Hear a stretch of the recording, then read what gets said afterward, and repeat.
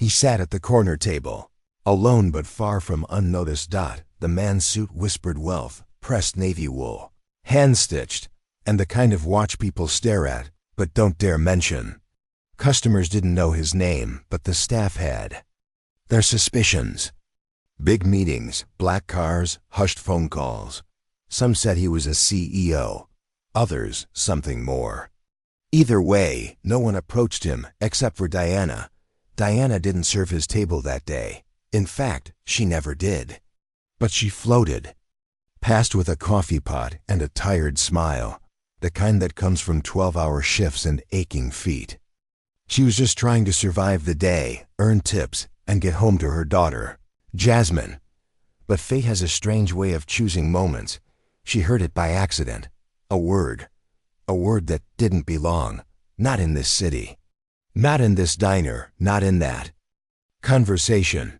Two men sat across from the CEO, one from Spain, the other from somewhere in Eastern Europe. They were supposed to be clients, investors, but something was wrong. One of them leaned forward and muttered something in a language few understood. Except Diana. She froze. It was a whisper, but not harmless. It was cold, calculated, because Diana, the woman refilling ketchup bottles and wiping crumbs off booths, had a secret, a past no one asked about. Born in the Bronx, raised by a Haitian grandmother who spoke 7 languages, Diana had grown up hearing tongues twist in ways most Americans couldn't recognize. She didn't just understand the word. She understood the threat. The man had said, in Serbian, "Poison his drink, he won't see morning." For a moment, Diana thought she'd misheard. But the voice was too clear, too focused. The tone, unmistakable. She looked over. The man smiled as he stirred his tea. The CEO. He didn't flinch. He didn't speak Serbian, but Diana did, and just like that, her whole body went cold. What should she do? Say something. To who? Would anyone believe her? A black waitress. With no uniform, no authority, no title? But there was no time to think. As the waiter approached with the CEO's drink, a glass of imported wine, Diana's legs moved before her brain could stop them. She crossed the floor like gravity, had flipped, and she was falling toward fate. "Sir," she said, her voice louder than she meant, "don't drink that." The entire room turned. The CEO blinked. "I'm sorry?" She didn't back down, didn't stutter, didn't explain. "I heard something." "Please, just don't drink it." The waiter froze. The 2 foreign men exchanged a glance, not of confusion, but panic. The CEO studied her face, not her uniform, not her skin. Her eyes. Then he set the glass down. Security was called. So was the police. No one knew how to react, not the customers, not the staff, not the CEO himself. The wine was taken away, tested. Poisoned. Enough to kill. What followed was chaos. But through it all, Diana stood still, her hands shaking behind her apron. She thought of Jasmine, of her rent, of the job she probably just lost. But she didn't regret it, because a man was alive. The CEO's name was Thomas Whitmore, a name that would later fill headlines and social media feeds. CEO of Whitmore Tech, billionaire, influencer, philanthropist. And Diana? She was just the woman who saved his life with a single word. Don't. That night, Diana went home to her small apartment and her daughter. They ate leftover spaghetti, watched old cartoons, and laughed like nothing had happened. She didn't tell Jasmine the details, just that she'd done something brave. Jasmine hugged her and said, "You're always brave, Mommy." Diana smiled, but didn't respond, because the truth was, bravery had a price. The next morning, she expected trouble, maybe even police at her door. After all, she'd interrupted an international business meeting and accused 2 foreign investors of attempted murder. Instead, she woke to missed calls, dozens of them. Unknown numbers, news reporters, friends she hadn't spoken to in years, and a voicemail from Thomas Whitmore himself. "Miss Diana, the message said. You didn't just save my life. You may have saved my company, my family, my soul. I need to speak with you, today. She dropped the phone. By noon, the story had gone viral. Waitress prevents billionaire CEO's assassination. Diana, the woman, who understood a deadly secret. One word changed everything. Everyone wanted to know who she was. Where she came from. How she knew the language. But Diana stayed silent. She wasn't after fame. She just wanted the truth to matter. But across town, not everyone was quiet. Richard Thomas's right-hand man, Koo of Whitmore Tech, watched the news. With clenched fists, he wasn't surprised. He'd been there. At the meeting, he knew those men weren't real investors, because he was the one who invited them. And now, a waitress had ruined everything. It started with silence, not the peaceful kind. The kind that creeps under doors, hides in corners, and waits to strike. The next morning, Diana walked back into the diner expecting things to feel different, like the world might pause to thank her. But the booths were still full of half-finished plates. The coffee was still bitter, and nobody clapped. She wore the same shoes, same tired smile. But everything had changed. People whispered. Some nodded in her direction, others stared like she didn't belong. A few even avoided her, afraid to be too close to someone suddenly important. But Diana kept moving. She didn't need applause. Then the door opened, and the diner went still. A man in a charcoal gray suit stepped inside, sharp, polished, expensive. He didn't look like he was here for pancakes. Diana Brooks? He asked. She froze with a tray of glasses in her hands. Yes, she answered slowly. I work for Mr. Whitmore. He'd like to see you. Car's outside. No warning. No prep. Just like that, her day changed again. The car smelled like leather and money. The kind of wealth you can't fake. She sat quietly as the driver took her uptown, past buildings she'd only ever seen on postcards. At the top of a high rise, in an office that seemed to touch the clouds, Thomas Whitmore waited. He didn't wear the same power suit today. Instead, he wore a simple sweater, no tie, no mask. Just a man who'd almost died and the woman who'd stopped it. I owe you everything, he said, standing to shake her hand. Please, sit. She didn't speak right away. Her hands trembled, but she kept her back straight. I didn't do it for praise, she said. Or reward, he smiled gently. That's exactly why you deserve both. Thomas explained everything. The men she'd overheard were part of a fake investor group. A distraction? The real goal? Sabotage. The poison was only part of it. Someone close to me set it up, he said, voice quiet. Someone I trusted. Diana's brow furrowed. You think someone on your team? Thomas didn't answer. But the pain in his eyes said enough. She didn't know his world, corporate ladders, boardroom politics, billion-dollar deals, but betrayal? That she understood. I want to offer you a job, he said. Her eyes widened. A job? Yes, not charity, a position. You've got instincts people can't teach. You saw something no one else did. I need people like that around me. Diana swallowed hard. I'm a waitress. You're a survivor, he corrected. And I don't believe in letting diamonds stay buried. Across the city, someone else was watching, and not with admiration.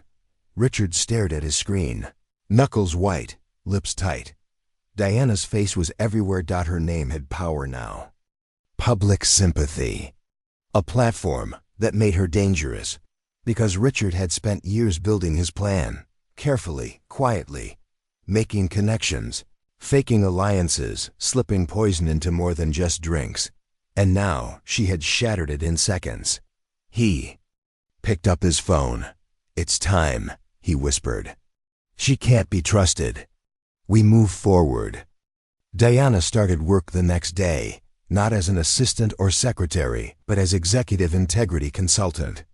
A title made up just for her.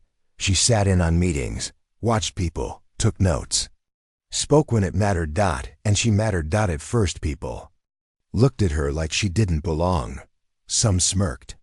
Some whispered, but Diana didn't shrink. She'd stood in dirty shoes and warned a billionaire not to sip his last drink. She had nothing to prove, and it didn't take long before people noticed. Her ideas were sharp, her questions sharper. She noticed when numbers didn't add up, when smiles were too wide, when handshakes lasted just a little too long. Even Thomas's top team started to lean in when she spoke. Everyone except Richard. He was polite.